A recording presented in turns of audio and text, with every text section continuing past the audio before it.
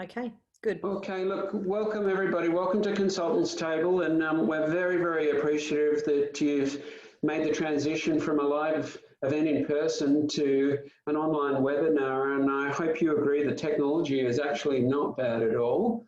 We're very pleased you're here, and we're going to bring you a series throughout the rest of the year of really hard-hitting topics that are really going to help you through these times. Adele and I have been through, I think this is our fourth downturn. Some of you have been through probably as many also. This one's quite different, but there's a lot that we can really be sharing with you, and the collective sharing of information is going to be very, very powerful here. So thank you very much for attending. Adele doesn't need much introduction except to say she's hugely experienced. She's been a recruiter herself. She's been a manager. Her sessions get really good reviews. So I'm very pleased to introduce and pass over to you, Adele, who's going to talk about the art and science of reverse marketing. Thank you, Adele. Lovely. Thank you very much. Hello, everyone, and welcome to the webinar. Can I just get a quick indication that everybody can hear me and can see my screen? Yeah, just a wave. Perfect. Thank you very much. Just before we continue on, you will also notice in your control panel that there is a chat function. You can chat to me or Tony specifically privately. You can also send a message to anyone in the group, so or everyone can see your message. So I encourage you to use it. I know Tony's asked for you to turn your mics off and to mute yourselves. That's just for background noise more than anything. But certainly if you would like to send a message to me during the presentation in the form of a chat. If you have a question, please feel free to add that as well.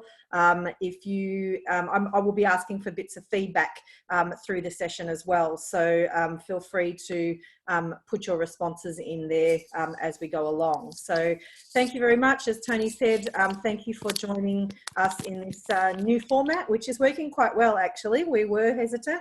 Everyone's adapted well to this, which is excellent, and we'll get straight into it. All right, so we're going to talk about the art and science of reverse marketing. When my screen decides to wake up, there we go.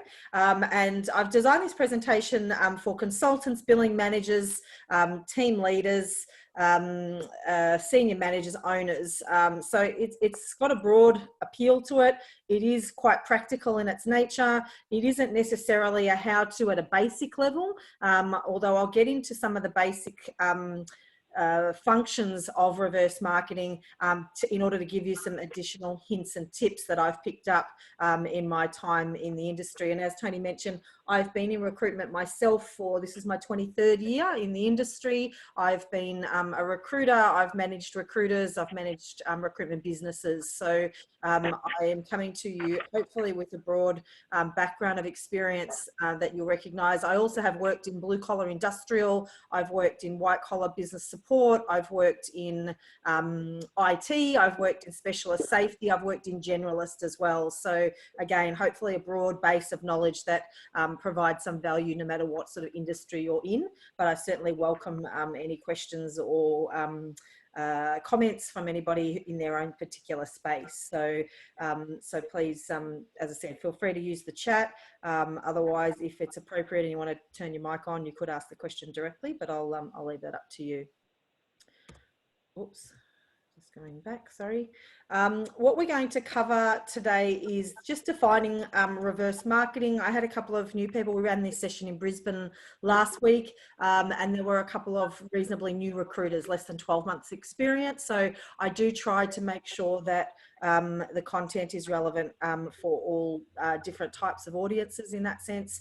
We'll look at some best practice techniques, looking at some of the art, the finesse, the things that perhaps you may be doing, perhaps you've forgotten to do, perhaps you didn't know you should do in order to make sure that it's a successful outcome for you. Looking at some of the science behind it and some of the decision making that people go through in this type of sales process, which is a very different one and quite relevant in today's market. We'll look at some industry benchmarks and placement ratios and look at the impact on brand building and some of the outcomes from it.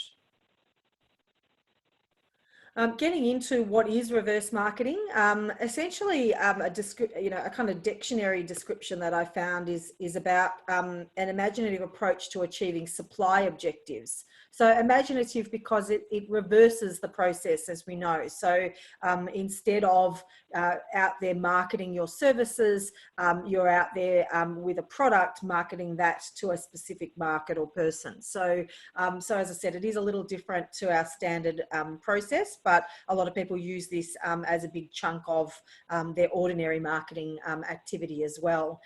Just from a terminology perspective, the other terms that you might know it as are floats, floating, CV float, targeted approach, unsolicited approach. So all of those terms are what we're talking about today, what I've coined or calling reverse marketing. I didn't coin that phrase, of course. What we're calling reverse marketing. So just to be clear that everybody understands it's the same process. The recruitment answer for this is about working out what you have to sell and then finding clients interested in that product. So presenting a candidate to a company who may or may not be a client, usually without a vacant position. So just again, a show of hands, who's already doing reverse marketing in their current recruitment process on a regular basis? Who is that? Who does that on a regular basis currently? Yeah, probably about half from what I can see of the people. I can't see everybody, as Tony said. I can only see a number of the videos that fit on my screen, but from the looks of it, it's about half of you are using this on a regular basis. So well done. Hopefully I can give you some tips that help to hone it. For those of you that aren't using it at the moment or are considering using it, then again, hopefully you'll find some ways to make sure the process is effective. Yeah, someone else has messaged yes to floating and reverse marketing. Great. Okay, thanks, Justin. All right, so moving on to the next slide is about why do we do this process? What is it about? So we're trying to start a relationship with a company. It can be a tool or a means in which you want to start a new relationship with somebody. And so reverse marketing process could be a good way to do that. Could also be a means of adding value to your existing clients. And we all know about the story in terms of what the future of a recruiter looks like when the bots are coming, when the AI is coming behind us. If you're not adding value, if you're not consulting in that true sense, then clients will very easily move to more automated processes for their recruitment. So it's really important that we find ways to add value. It could be about creating a vacancy. So you are trying to create jobs perhaps where they may not exist or may not have been fully formed yet. So that could be another reason that you're doing it. You also are trying for yourself to generate additional revenue.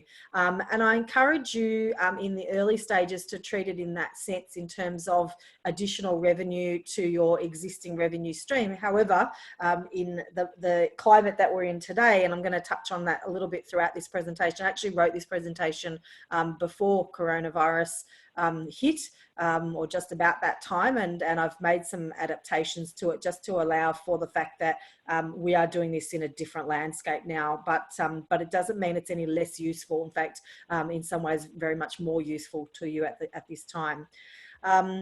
The other reason is for brand positioning. So you're looking to make sure that organizations, clients know the kind of recruitment that you do and the markets that you're playing in and the candidates that you have access to.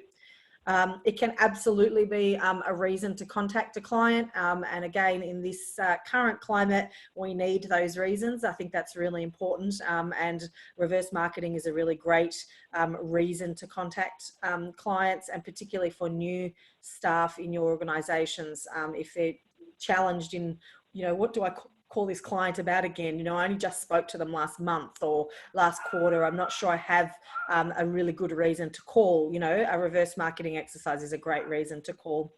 And our aim is we want to be able to use it to meet or exceed our target. So if any of you read some recent articles by Jeff Slade, he talks about reverse marketing being the method in which he kind of took his business to that next level. So it will be for, you've got your core business in terms of your recruitment going on, and this kind of stuff is, as I said, over and above what you might do in terms of figures, in terms of numbers. And so it can really help you exceed or meet those targets, whatever the case may be. All right. Moving on to the next slide. So this one is about talking, now we're getting into the best practice. So as I said, feel free to stop and ask me questions along the way in the chat. Feel free to make a comment. The part that we lose a little bit with Consultants Table by doing it in this format, as you'll all be aware, is the networking element, the ability to be in the room with your colleagues and to share stories and information. So let's not lose that. Let's make sure we can still keep that opportunity happening. As I said, feel free to pop a message in the chat, or if you really want to turn off your mic and have a say, please do. So as I said, as I work through the best practice techniques, please weigh in if you have other suggestions apart from what I've outlined. So it starts with a really good interview, in fact, in my opinion. So a lot of people sort of think about reverse marketing from the point of going, okay, who are candidates that we have? Who do we have already? Who have we interviewed? Who's on our database? Who are we speaking to? And that's the point in which most activities start. They kind of go, okay, who have we got, and how do we reverse market this person? And they focus on that part of it. But for me, it very much goes back and starts with the interview. You absolutely need to know the candidate intimately. It's really, really critical that you do a very thorough interview with the candidate. And I've found in recent times, as I've been going around and talking to different businesses in my consulting role now as a consultant that I do currently, I've found that recruitment interviews, recruitment agency interviews have started to get a little looser than I would have expected, and a little looser than I would be comfortable with. So little tip for today, if you are a manager and you have a team, sit in on some interviews with your team. You might be surprised at what you're hearing and lack of skill there. In-depth interview techniques was another topic we've been asked to run with these programs for consultants. But if you haven't had really strong interview training, if you kind of have a more casual style, if you kind of wing it a little bit, which, look, a lot of us do, we get a resume, we know how to read a resume, we sit down and we just have a chat with somebody. You're doing yourself and your candidate a disservice. You're not going to get the information that you need, enough of what you need for this process, for the recruitment, for the reverse marketing process. So it's really important that you spend time with the candidate and you do a structured interview and you ask a lot of detailed questions. You need to do that, to build trust and rapport with the person, really critical. You are going to need to work with this candidate really closely in order to help them get the right position and for them to trust you to do that. So that's the other reason that the interview is really critical. You need to communicate often with the candidate. Again, really important to make sure that the candidate knows what's going on at every step of the way. You will, through the process, need to communicate with them, on a very regular basis. I would say every couple of days, even without news. Now, some of you may say, well, that's ordinarily how I would communicate with good quality candidates. For some of you, it would be, new. You would say, well, I only call a candidate if I have something. So encouraging you to sort of turn that on its head. The next one is about making sure that you find out all the positives and negatives, understand all the positives and negatives, and you need to get a really broad understanding of the candidate's strengths and weaknesses there, and broad understanding, but in-depth knowledge of. So you need to really understand if a candidate has a particular strength, you really need to understand why they say that's the case, how they've demonstrated that, what kind of examples are they going to give you that you can speak to the client about as well. So as I said, really drilling down techniques and an interview process. Again, for many of us, that's standard practice. We kind of go, yeah, we do that.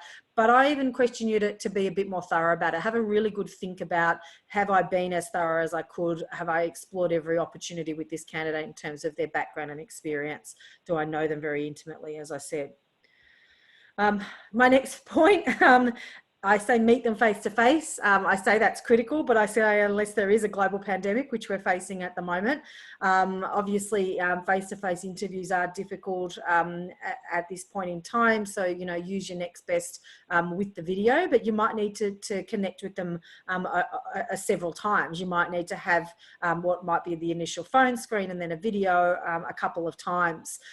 Or if you are still meeting candidates under, you know, restricted processes, then go ahead and do that and maintain, you know, the social distance that's required in a private space. We can sit a bit further apart but still talk openly without other people hearing. So, which is probably, you know, most places nowadays. There's not many people around. But anyway, do what you need to there and be sensible. But I think it's really important to build rapport. It's the reason why, you know, in a lot of cases we you know, we'll only go so far with a video element. You know, we won't buy things this way. We won't, you know, you think about dating sites, you know, people meet someone online, but eventually they meet face to face. They don't just accept that I'm going to, you know, see this person in a two-dimensional format and trust everything I see. There are subtle nuances to communication, to body language, to dress code when it's in video. I hate to say this is going to be funny. I've done the whole newsreader thing. So I've got hair and makeup and everything on today and I have my tracky pants on below, right? So I'm admitting that to you just to show you that, you know, you don't see the whole picture if it's on video. You're only seeing this beautiful black screen behind me, which you know, doesn't give off any indication of anything about me, and I can cover other things I need to.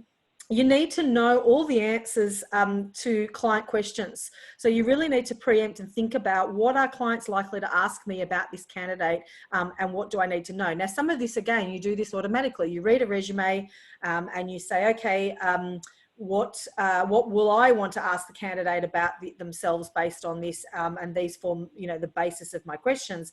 But again, I encourage you to drill deeper. A client is going to ask a lot more information. If you work in a technical space, they're going to want to know technical details. They're going to want to know projects the person worked on, outcomes that they achieved, money they saved the business, money they made the business, how much was that, what did it impact, how did the business grow as a result. I mean, there's a lot of information that a client wants to know, and if you can garner that information early in the process, you'll certainly be much more well informed to your client. So I absolutely encourage you to make sure you think about what those questions might be. Ask the candidate yourself so that the client isn't asking later on. The other tip that I would put in there is to gain exclusivity with the candidate. I think this is really critical, and even if it's for only a short period. So you may say to the candidate, listen, this is my intent with you. I've got a number of clients that I'm currently working with. There are a couple that are in my prospect list that I have approaches to, that I can put your resume in front of. I can get you in front of them. In order to do that, I need to be able to work with you exclusively. So, you know, will you work with me for 2 weeks? That means I don't want you to register with any other agencies. I don't want you to be represented by any other agencies. Where are you at in your process with that? So some of them may have already started that process. Some of them may not want to agree to that. They may say, listen, I'm limiting myself. So just be aware of that and be careful of that. A candidate who doesn't want to work with you exclusively may not be the best option for you for a reverse marketing exercise. You really want somebody that trusts you, that is going to work with you really closely. And the other reason this is really important is because once you gain that exclusivity from the candidate, then you actually have a unique product now. You actually have something that the client can't access, your competitors can't access, and you're able to go in pretty hard with that product, let's say. So I think that's a really important one. Hard to do, but again, if you've done all of these things on the list in terms of building rapport, communicated, really done a thorough interview, you'll be able to build enough trust to say to the person, listen, you know, I'd like to work with you, as I said, exclusively for 2 weeks or 3 weeks, whatever the case may be. Are there any questions at this point while I just take a breath there? No? Okay, moving on. Um, Looking at continuing through the best practice techniques. So after you've done a very thorough interview, the next part of the process obviously is research, and it's really key in a reverse marketing process, as you can imagine. If you don't know the plan from here from a research perspective, then you can get into some serious trouble. We've all heard the story about Greg Savage sending a candidate to her own employer because he didn't research, he self-admits that's one of his big mistakes in recruitment. So we don't want to be falling into that position. So you need to treat it like a marketing campaign. So what I mean by that is you need to actually sit there and again, you've got a product, you've got to think about, well, what does my product look like? What does it offer? What are its strengths and weaknesses? I say what, I'm talking about someone, of course, who, and you need to have a look at who you need to contact about them. So based on the candidate's offering, who is likely to be interested in this candidate, what skills do they bring, are they who would be most interested in the skills, and really think broad there. So is it your existing clients, is it lapsed clients, or inactive clients, is it prospects, and it could be a combination of all three. So you start off by making that list, and that's what I mean by a marketing campaign. So in a marketing campaign, you sit there and you say, what are the features and benefits of the product, and who might be interested in it, and where might they be found, and you make a list of those. In a more broad marketing sense, you might not know who those companies are. You might be saying, well, this applies to the people in the education sector, let's say, but in recruitment we know often exactly who that is. So instead of just saying people in the education sector, we might be saying, well, that applies to these schools in this region, and these are the names of the schools, or these are the names of the mining organisations that might apply. So, so you can get really specific with that list of who and what skills they might be interested in. You can also source people for your marketing campaign from AdChase. We all know about that. So going through, looking at who is already advertising and those types of skills. So whether they're companies that you've dealt with now or previously, it doesn't matter. You're looking for skills. So if a particular organisation is repeatedly looking for sales skills in a particular type of software, let's say, you need to be recording that, and usually your CRMs allow that. Job Adder is a really good database that allows you to record that sort of information and sort by it and slice and dice it later on. So you should absolutely be recording jobs that are advertised on a regular basis, particularly by your client base, but by your prospect base as well. And if some of you have administration staff, resource type staff, or even if your consultants are quiet right now, that's a great job that people should be doing. They should be going through and having a look, and you can even do it, a little historically. You can go back and have a look at companies that have been advertising in recent times. So, and again, collecting this skills database of who's looking for what types of skills based on their advertising, and creating a bit of a library of that as well. You absolutely need to know everything you can about a client or about an organisation that you're going to market to, and this is why you have a smaller number. So again, unlike a marketing campaign where you're doing a broad-based marketing approach, okay, we need to reach everybody in the IT sector, who is a software provider, that might be a target for a particular product. In this case, you're going, well, I just want to contact these particular companies. This candidate has worked in IT, but they've only worked in specific products to do with payroll. And so these are the kinds of companies I want to work with. So you're narrowing down that list of potential clients, and that allows you to create good knowledge about each one. So spending a bit of time understanding a little bit about the organisation, what they do, size, all that sort of stuff, all the stuff you can find online, generally speaking, or in your databases if they're clients that you already know. So make sure you're familiar with that for each client that you're going to approach. My advice would be to make the approach by phone. and then email. A lot of people just create a template email, a blanket email that sort of goes out. I don't find that that is effective as a first means of contact. I would absolutely be insisting that you make a phone call to them. It allows you to build rapport more quickly. It allows you to not be ignored and deleted. And keep in mind, you know, everybody's having to do everything in a much more digital fashion now. So, you know, getting on the phone means that you get past and break through all of that. So I think, you know, I would insist that you at least reach out, make the phone call, even if it's potentially to announce that your email's coming through so that it stands out when it does arrive. But you absolutely should try to get the person on the phone and obviously do your pitch to them about the candidate verbally before sending anything through. And I'll come back to that in a little bit in the next slide in a minute.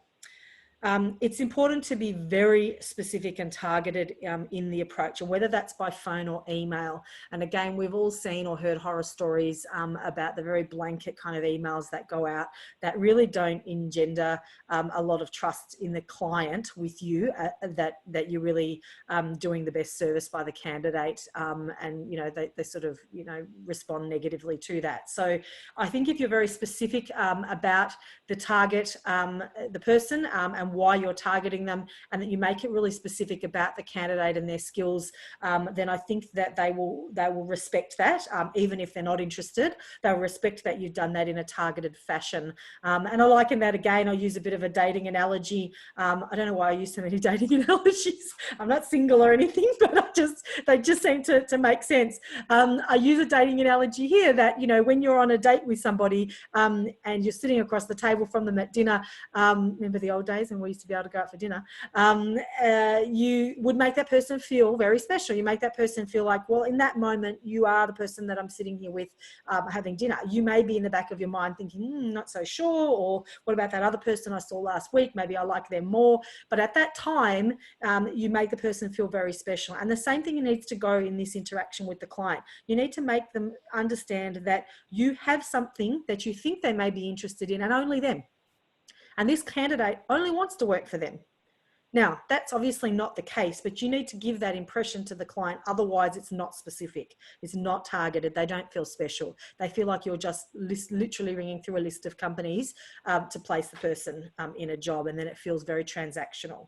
So you need to be very personal about saying, listen, I'm working with this person, and I'll use some info in the script, you know, some advice about a script in a moment, but, you know, I'm working with this candidate and I want to talk to you specifically about them. There's a really specific reason why I've approached you, Mr. Client, in your company with your product, with your service, with your market, whatever it may be. So, so I think that's really critical to being able to break down the objection of a client feeling like they're just getting cold called. You know, well, they're just blanket calling me, saying they've got a candidate, but they don't really. So you need to be really specific and targeted.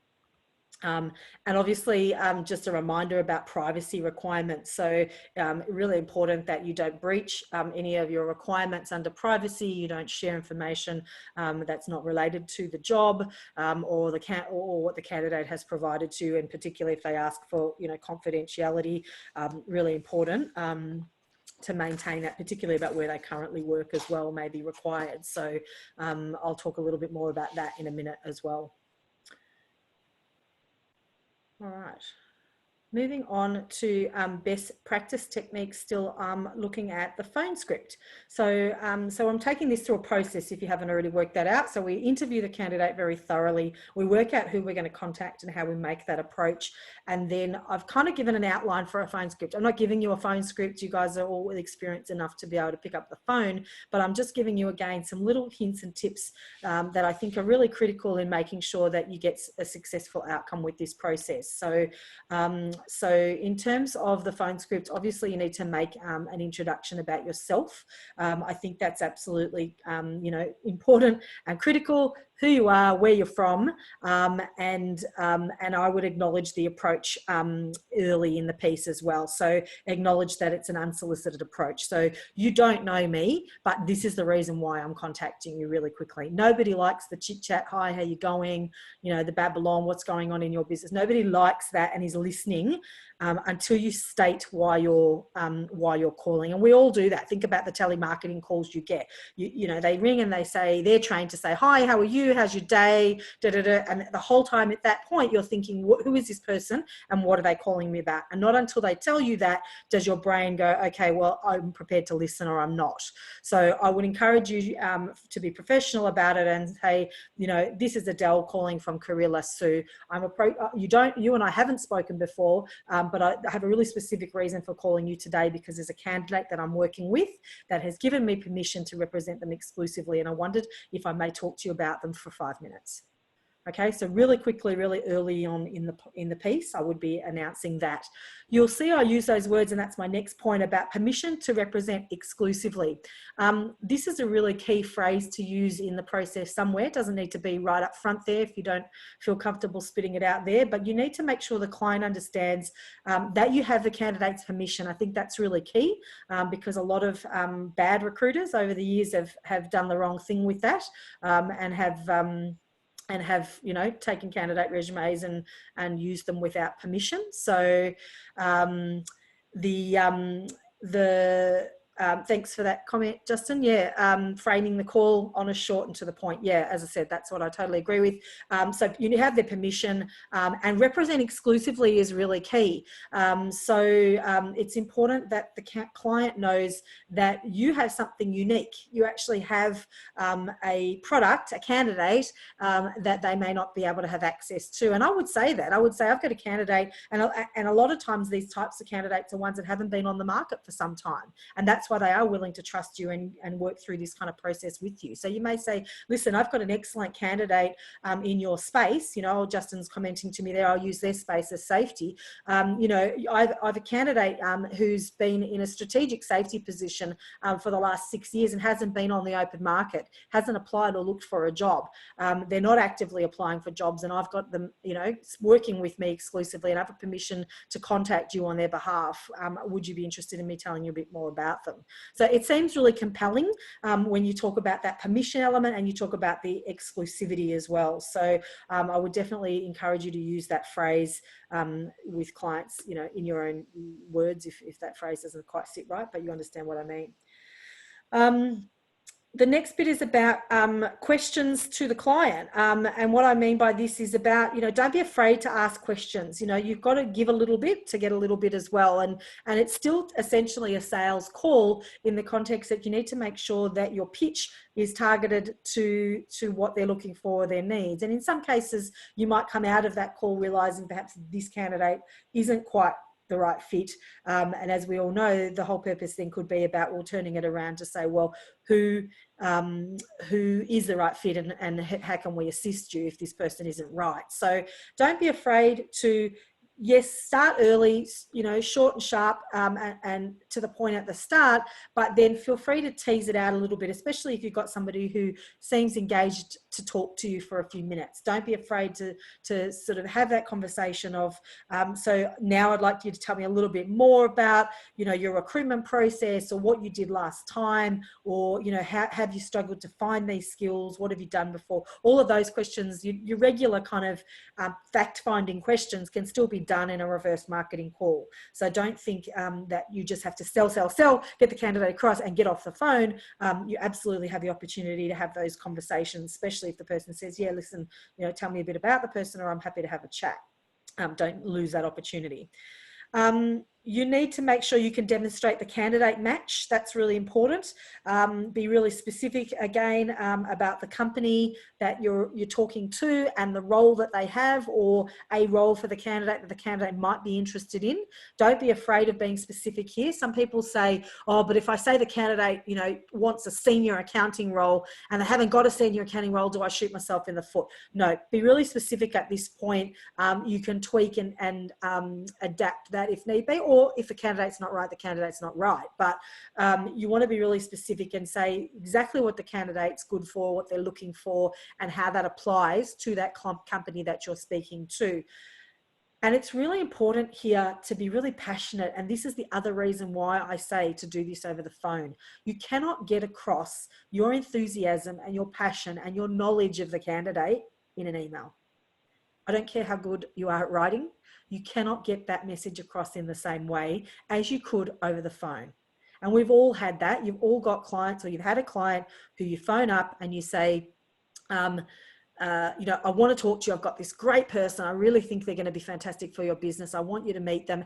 And they agree to an interview of your candidate, unseen resume, and without any other information. Yeah. Have we all had that? Can you put your hand up? Is anyone, recognizing that process? Yeah. It feels good, doesn't it?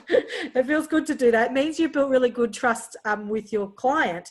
And what they're getting from you is that, one, you've built trust, but what they're hearing from you is that passion. What they're doing is getting the excitement you have about the candidate is transferring across the phone to them, making them feel like, well, I don't want to miss out. And there's huge FOMO in that. Clients don't want to miss out if they can help it. And you can only relay that on the phone. So that's my other tip about why I think you need to do this over the phone. So it takes some time as a result to do a reverse marketing process well. The next point is to ask permission to forward details, or to meet to discuss, or whatever the next stage might be, depending on the relationship. So if it's a client that you already know, or one that you've worked with before, I'd be saying, okay, well, how about I bring out this person's details and we talk about it a bit further? Or if you've been lucky enough to secure an interview, go ahead and lock that in, and then say, can I send the details through to you? But it's important to ask for that permission to do that, because again, remember, you've made an unsolicited approach. You can't assume that you're going to ram it down someone's throat. Again, important to be really polite at that point. And also, obviously, to declare there's a fee. Again, this is relevant more so if it's a client you haven't worked with, or hasn't worked with a recruitment agency before. It's really important that I would state that a lot of people avoid this part. They sort of say, oh, I'll just send the terms later. I'll get off the phone. It's been a really good call. And then I will just, send the terms later. And it feels a bit uncomfortable. People kind of go, well, I kind of knew there was a fee, but it wasn't mentioned, and it felt like it was a really good approach. And then, now there's a fee, it feels wrong. So puts a bad taste. So I would say, listen, you need to understand that I'm representing this person, exclusivity, all of that sort of stuff. As you would say, and here's why they're perfect, but you do understand that there is a fee should you wish to proceed to an interview with this person, or if you hire the person. I'm going to send you through the full terms so you can have a read of that, but I just want to make sure that you understand that, and I have your permission to keep going forward. So I think that's really critical, because there have been cases where once you've sent the resume, actually that's considered, a part of the contract. And if they didn't agree to that, you can get yourself into some legal trouble there. I think we've got a legal expert in our next Captain's Table event next month. So he's more qualified to talk on that sort of stuff, but you do need to be careful there. All right, moving on to the next slide, talking about the candidate bio, or the referral, or the candidate summary, whatever you might call it. Candidate referral is the next part of the process. And so, as I said, you've interviewed your candidate really well. You've found out who to contact. You've made that contact. You've got the permission to send the bio across, and you want to make sure that matches up to what you said on the phone call. And again, so it needs to be short and targeted. It needs to be tailored to that client. Now, we say this to candidates all the time, do we not? We say to them, you need to tailor your resume to the job. You shouldn't be sending a blanket resume every time. You need to have a look at what the job's about, and see whether it's relevant. Now, I'm telling you the same thing on these candidate bios. You cannot create a blanket bio that just says they're good at this and they're good at that and they're good for this. I want you to be really specific about what that company does and why this candidate is relevant to them. So it has to absolutely be tailored. It may not be the whole thing. You may just be rewriting parts of it, but you need to be specific in your approach there and tailored. Use bullet points is fine. Doesn't have to be in great detail. This is, as I said, a process that takes time. Reverse marketing isn't a spray and pray process. It isn't just flick it out to as many as you can, although there is a bit of a numbers element to it. I'll talk about that in a minute. But you need to be thorough. You can see the detail I'm talking about here. So you're not going to send this, do this process with 100 candidates to 1,000 clients. It's just not going to be practical, but you are going to be able to do it to a more targeted group. And right now in today's market, you actually have some of this time, do you not? You know, in a busy market when jobs are coming in the door and you're filling, you sometimes don't have time to do this. But right now in this market, you will have consultants with downtime. You've got consultants who aren't filling as many jobs as they were a month or two ago. And this is the perfect job for them to be able to go, okay, well, let's pick out a couple of your great candidates and let's do this really thoroughly. So this could be, as I said, a great exercise for consultants in this climate. Important to put the salary on there. Obviously, the client doesn't want any surprises about what the expectation is. Again, some people disagree with that. They say, well, you'll scare the client off, or what if it doesn't match? Look, if the candidate has a specific salary, put it on. You're only going to waste time if you don't. Put a range if you're not fully comfortable or the candidate has some flexibility, or just state that the candidate has some flexibility. They've previously been on a salary of X. You know, we all know how to word those, but I would still put it on a reverse marketing bio. As I said, some people say that's not a good move, but I think it's best to be upfront. Talk about the candidate's motivations. That's really important. That's the thing that you can't get from a resume. You don't understand why somebody joined a company or left a company or why they're looking now. They're the things that are not there or not written. Sometimes they put reasons for leaving, but they often put very general things like needed a new challenge and rubbish like that. That doesn't, you know, really tie into the person's key motivations. So you know that information because you will have done a thorough interview. You will have asked those questions and you will be able to provide that information. You would have done it verbally over the phone. Now this is just a reiteration of that in written form. So again, remember, short, sweet bullet points. And I mentioned clean skinning it. So that will depend on the client that you're talking about. So if it's an organisation you've never worked with, who hasn't signed your terms of business and you haven't done business with them before, be careful. You know, in the old days, we used to just take off their name and, or not even their name, rather just their phone number and their email address or fax number or whatever it was in the day. And the client really couldn't find them any other way other than through you. And now we know in the world of LinkedIn, all they really need is the person's name in some cases, maybe the place where they've last worked, and they can contact the candidate directly themselves. So don't be surprised at that. Don't be too trusting.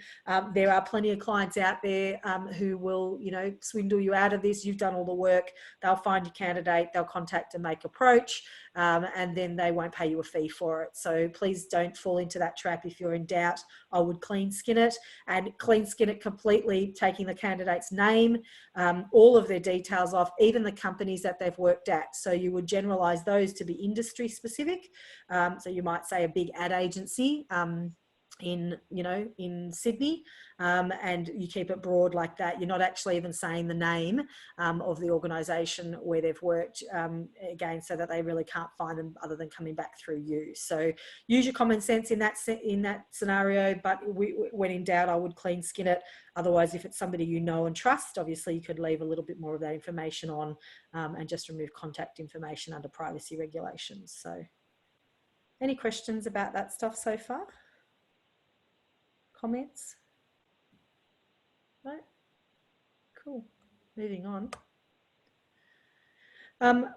This final part is, I say lather, rinse and repeat, and I promise you I wrote most of this before hand washing was, you know, such a huge part of our day every day. So lather, rinse, repeat in the context of my presentation was do this frequently, do this as many times as you need to. So it is a bit of a numbers game, but we're not talking hundreds. With one candidate, you might be contacting 10 different companies, but do that same process we've spoken about, you know, 10 times. You need to repeat it again. So you need to do the research, you need to make the approach, all of that again. So that's what I meant by lather, rinse and repeat. But if you want a good hand washing video, I found one yesterday. I'm showing my 10-year-old son how you have to wash every part of your hands. So, you know, Google search that if you need to understand it. All right, moving on to this final stage. And this is important that you follow up with the client at this point.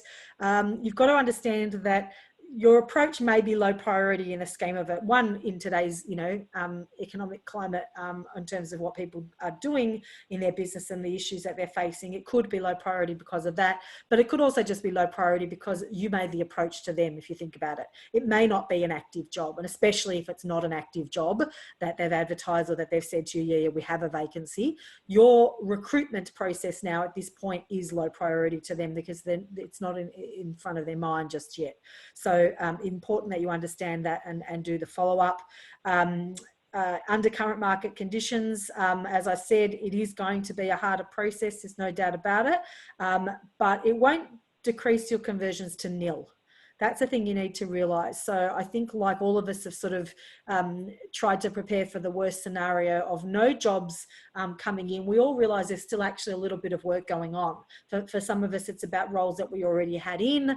For some of us, it's about roles that that clients aren't unimpacted necessarily by the current situation and it's business as usual. For others, they're adapting and changing and going, okay, we need a different skill set. So who, just again, show of hands, who's surprised by the fact that the market hasn't completely died? Who's surprised by that? Who's still working pretty actively? Do we still have some? Yeah, great. Okay, so it's not many.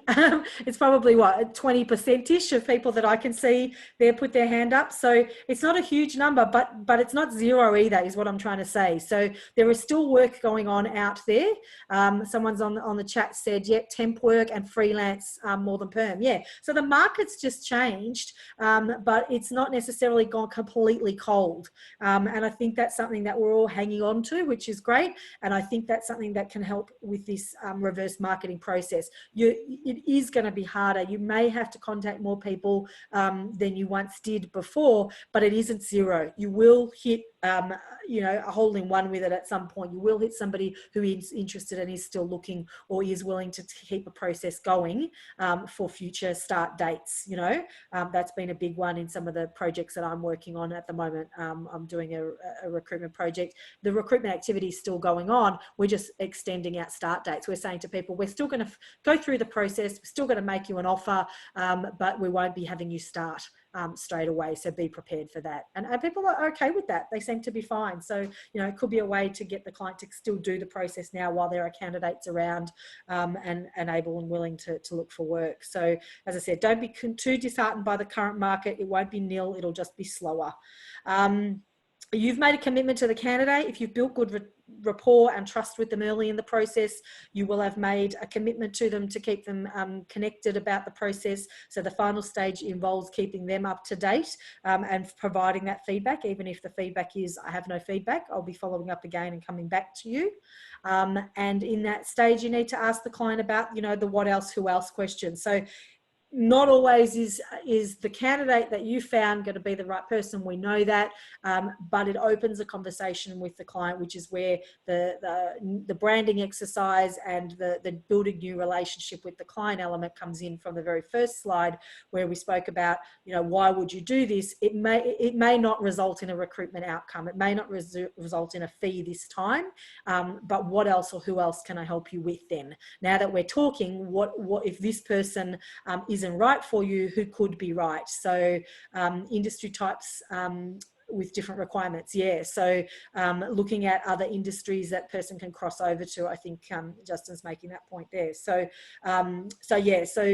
think about broadening the relationship from that point. If at the end of if the final stage is, listen, that candidate's not quite right, or without a look, and we're not quite interested, well why and who else and what else? You've now got an open conversation with a client that you didn't have before. So whether that's an existing client or a new one. So I think that's really important.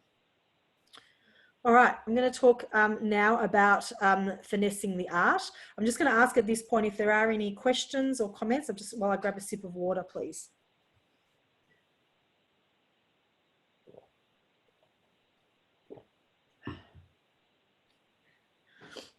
Sorry about that. Doing a good job, thank you. Thanks for the encouragement. It is really interesting for me. I am very much a physical presenter, an in-room presenter, and I did the first session like this last week for the first time for me, really, with Tony, and I found it really difficult. I found it really difficult to sit and talk to a tiny little black camera by myself with really low interaction from the audience and comment and feedback. And I'm okay now, but it's all that adaptation we're all having to make. So yeah, thanks for the words of encouragement. I shall keep going and hoping that it's that you're getting something from it as well. So talking about finessing the art, and this is the parts, and I've given you lots of tips through that process element, but I want to talk to you about some specific tips. Got another comment here.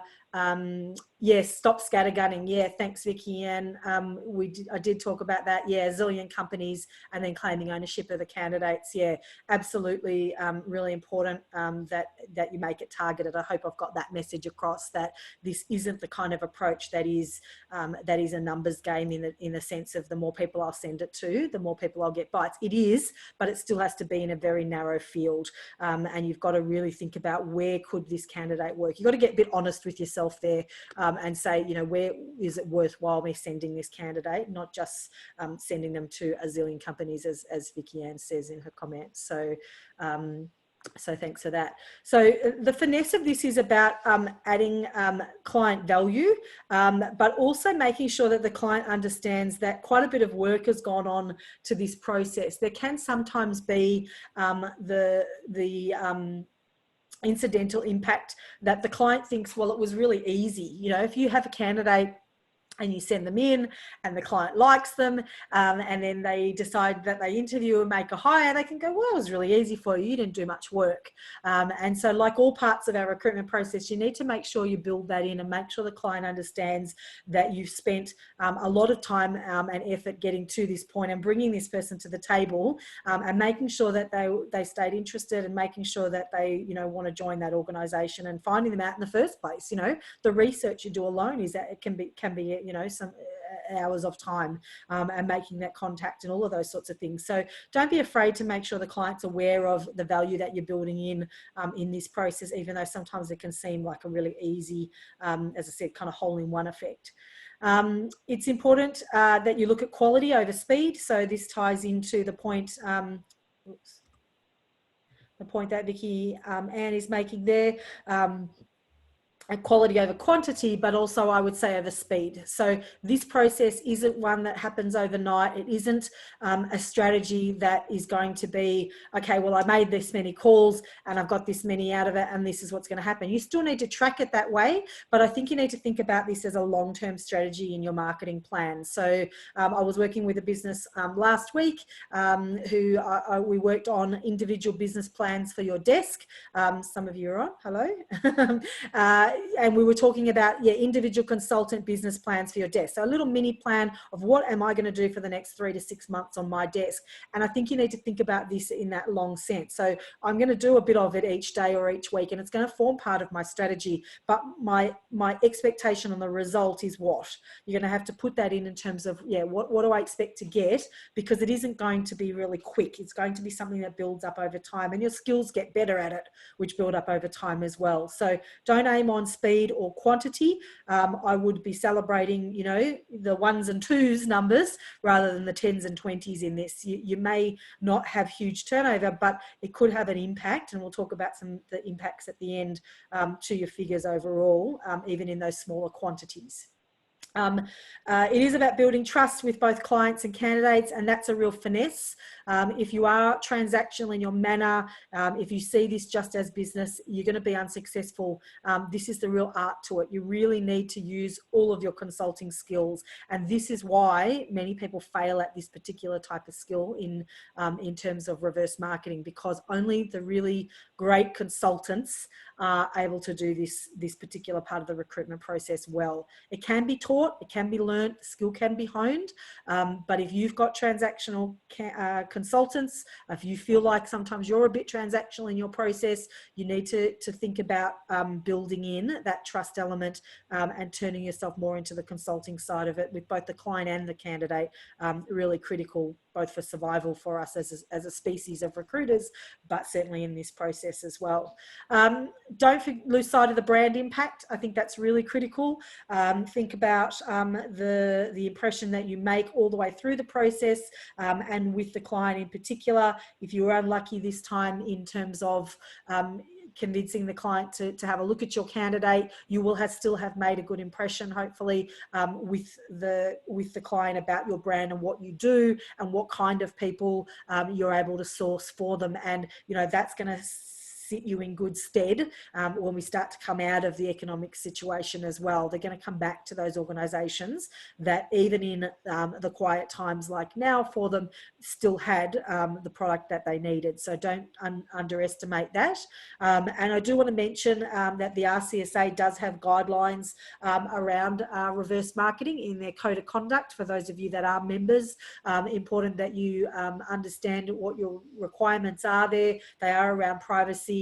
They are around representation. They are around clients' need or lack thereof to take, you know, first candidate first, all of that sort of stuff in there, and what happens when, you know, one candidate's presented by two agencies, all that sort of stuff. So that is in the RCSA guidelines. I'm not going to go into that today in great detail, but I encourage you to check that out to make sure that you're not breaching anything there.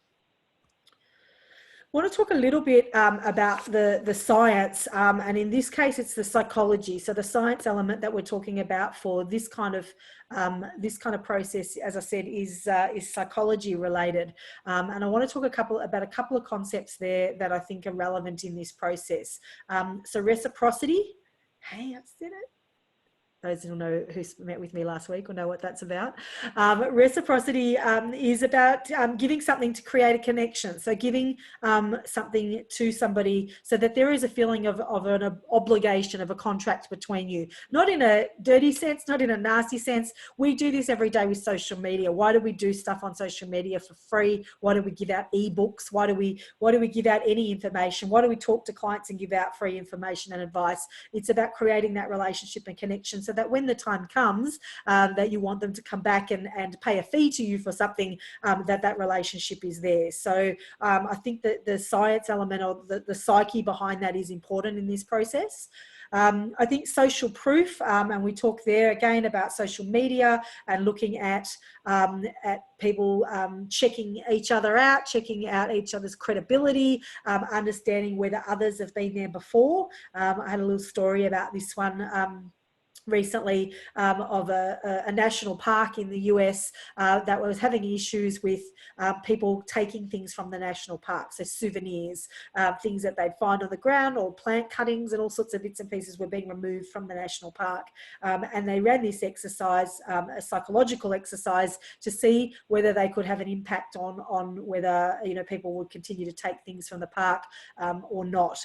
They want to see whether different signage would encourage people to take things or not. And the three signs they put up over 3 different months were, the first sign was, please don't take things from the park. It was quite directive, please don't do it. The second month was, other people have taken things from this park and they've impacted the ecosystem of the park, and it's not good. And the third one was no sign at all for the third month. And they monitored the way things were taken and where people had walked and trampled. Who wants to have a guess for me whether it was sign 1, sign 2, or no sign at all? Does anyone want to have a guess? Sign 2, I'm being told. Yeah? Someone's indicated 2. Any others? Yeah, someone else is saying 2. And no sign as well. Yeah. So most people will say no sign because they think, well, there's no sign. And so there's no indication, there's no ruling there. The answer actually was sign 2. Sign 2 resulted in more things being taken from the national park. Why is that? Because it provided social proof that others have done it before. even though the message was don't do it, it still said, well, others have done it. And so people felt comfortable. Okay, well, that's okay, then I'm going to do it. It's sort of a little bit what happens in the not so nice sense of, in a looting situation, you know, when you look at countries that have had that terrible, you know, had riots and the like, and there's looting that goes on, you know, one person goes in and grabs stuff and then others just go, well, someone else has done it, I'm going to do it as well.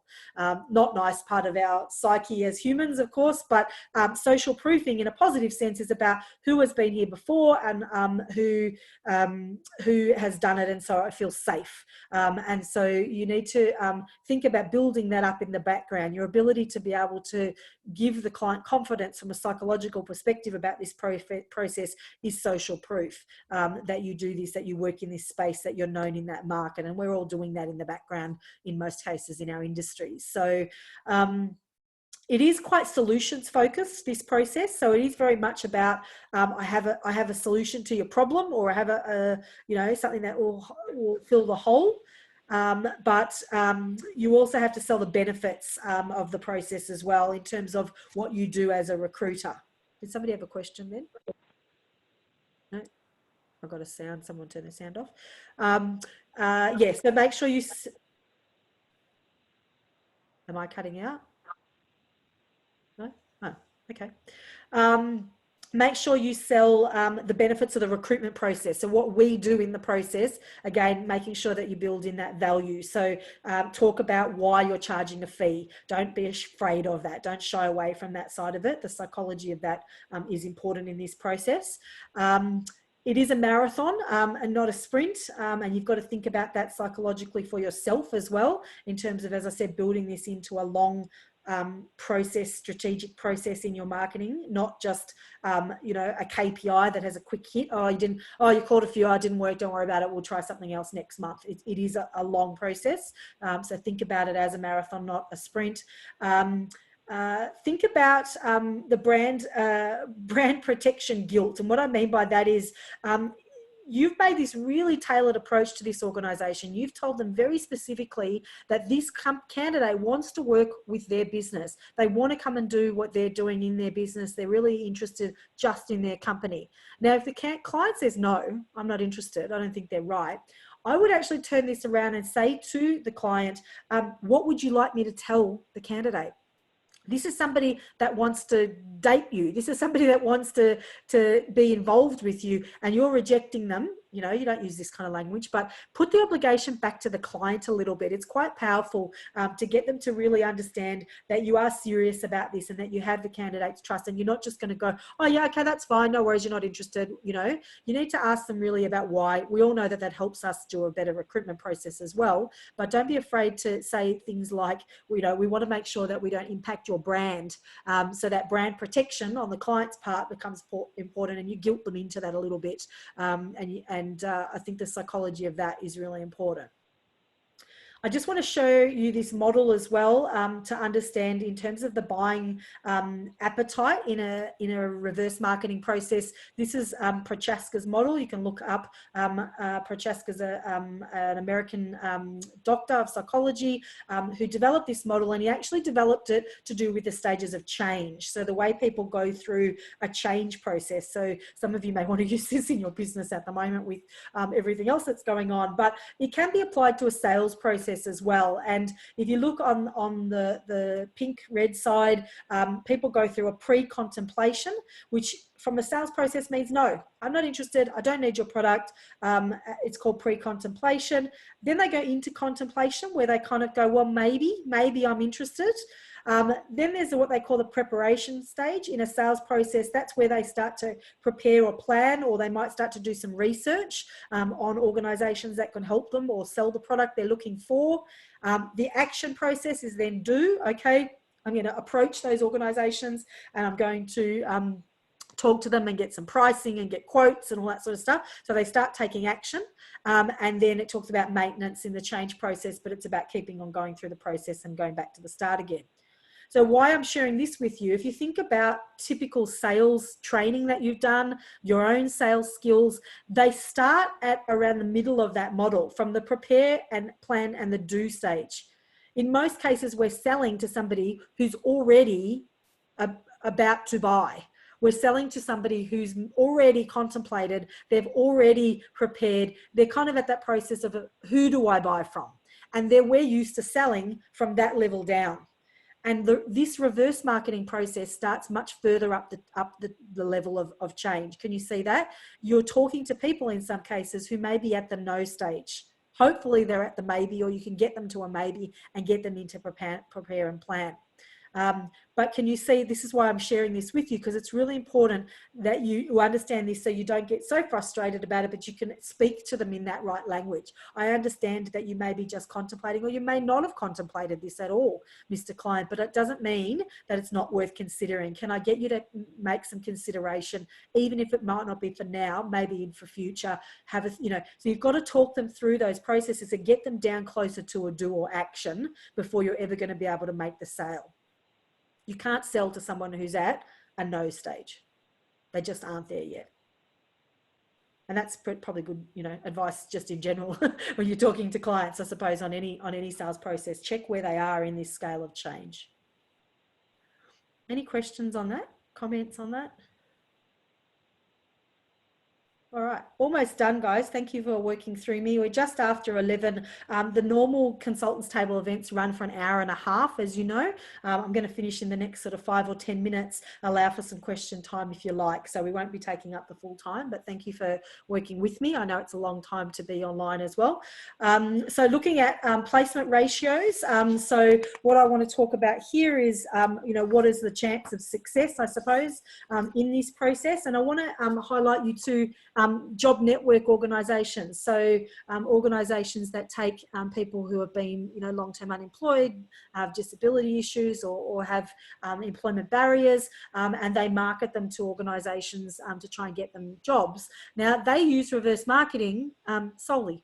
That is their only method, really, of selling candidates or of making placements. That's the only thing they do, and they do it pretty successfully. Actually, I've hired some of these consultants out of those industries. Some of you may have done the same, and it's interesting. Their skills in this space are second to none. So think about the job network results. As I said, they have really good results because this is all they do. So you can run a business on it. It's hard work, but it can be done. As I said, at least a portion of your marketing activities should be thought about being, okay, well, how are we going to allocate some time and resource and effort to the reverse marketing process? It can be likened to a hole-in-one. I've spoken about that already. Important that, and you might have even had that. I think I've had one in my career. I don't know if anyone else wants to share what I mean by that. I've had one instance where I've marketed a candidate to a client and they were exact and they got a job in the process in a quick fashion. The client saw them, interviewed and offered the job. Maybe one's being a bit too conservative, might be maybe a couple more, but not huge numbers. And some of you may be sort of nodding, saying the same. Yeah, it's not always going to be a hole in one, but there's all those other reasons and benefits for it. And that, what I mean by that is, it's that not just that candidate. There may be another candidate you have on your database, or that you then go and source once you know what the need is. So it's not always a hole in one. It has a higher outcome, no doubt about it, with your existing client base.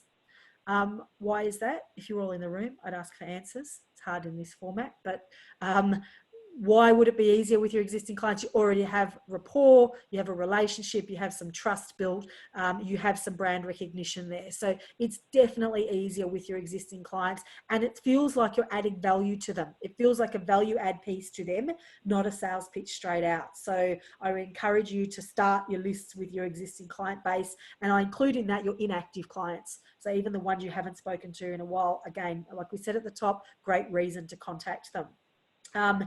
If you can do one great candidate per month, marketed to 3 clients, so I'm using small numbers there. So one great candidate a month to 3, the 1-to-3 ratio. If you did that on an ongoing basis in a strategic campaign, and I'm saying you do it and everybody in your business did it, so one each, the potential increase to revenue is pretty high. So imagine if you were able to, I've used a number there, potential increase to existing revenue of 100,000 conservatively. I've based that on an average placement placement fee of $10,000 on perm over 10 months, so not even 12. You know, it could, that's the impact it could be across your business. And I say that in perm, but people are saying that temp is higher now, contracting work. Do it in contracting as well. It doesn't have to be for a permanent job. You can absolutely reverse market candidates into temporary jobs, into short-term contracts, especially if they're available now. You know, there are people out of work that weren't expecting to be out of work. Now is a great time. And that's the kind of language I'll be using with the client. You can access candidates now that you may not have been able to before because they were in employment, or they were very tight and secure and they weren't looking. Now in the market, it's shaken their confidence. They're starting to look around. They may be interested in looking at other options. So you can absolutely do it for temp as well as perm. All right, and coming on to, I think, what is my last slide? Does everyone know what that nasty bugger is? Do we even want to look at him? That is a close-up shot of the coronavirus, for those of you that don't know, and this is the thing that's causing us all sorts of pain. But it's kind of interesting to look at, I thought, and it's kind of beautiful actually at close range like that. But why I wanted to put that imagery there is because I wanted to give a point of saying to you, think about your business like this at the moment. Think about the fact that you've got this core base, you've got that core in the middle there, but you've got all these little feelers going out, and these are all of the different approaches that you need to take right now. Reverse marketing is just one of those, along with all of the other things that you need to do. So as I said, there are some businesses that build reverse marketing as a process for a big chunk of their business. Others are doing it in a much smaller fashion. Others are doing it less consistently and irregularly. So I ask you, to have a think about building it in a more targeted fashion. So some of the outcomes will be that you'll make non-pipeline placements. So we all know what's in our pipeline. These tend to be outside of that. They're the unusual, the unknown. And so you can make those non-pipeline placements.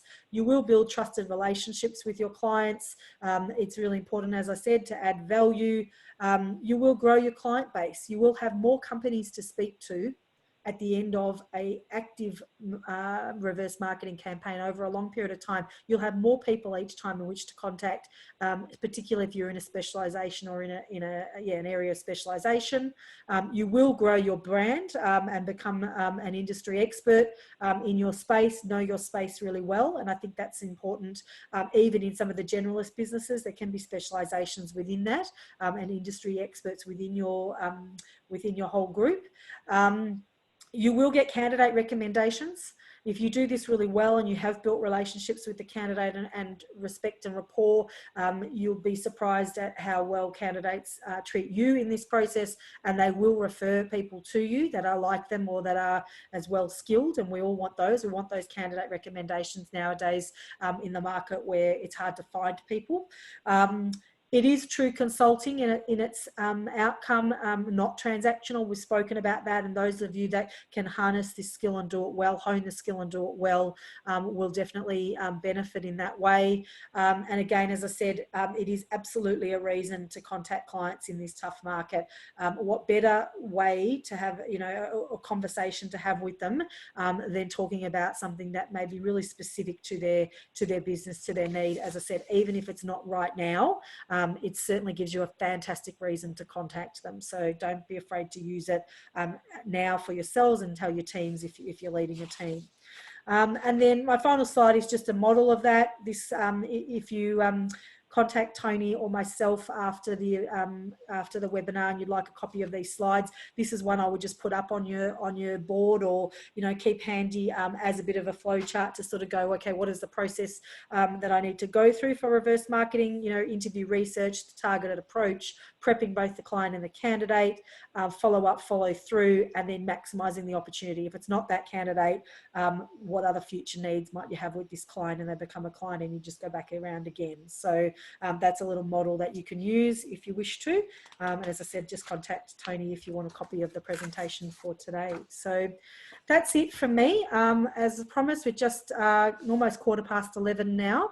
I am going to stay online for the next sort of 5 minutes or so, but if anybody does have a question now, I'd love for you to ask it. Last week we had a number of people who waited till the webinar ended and then messaged me separately with some great questions, and I was actually really disappointed because I would love to have had them in the room. So so others could share and hear them. So, but please, yeah, please feel free to pop your questions in the chat, or if you're brave enough to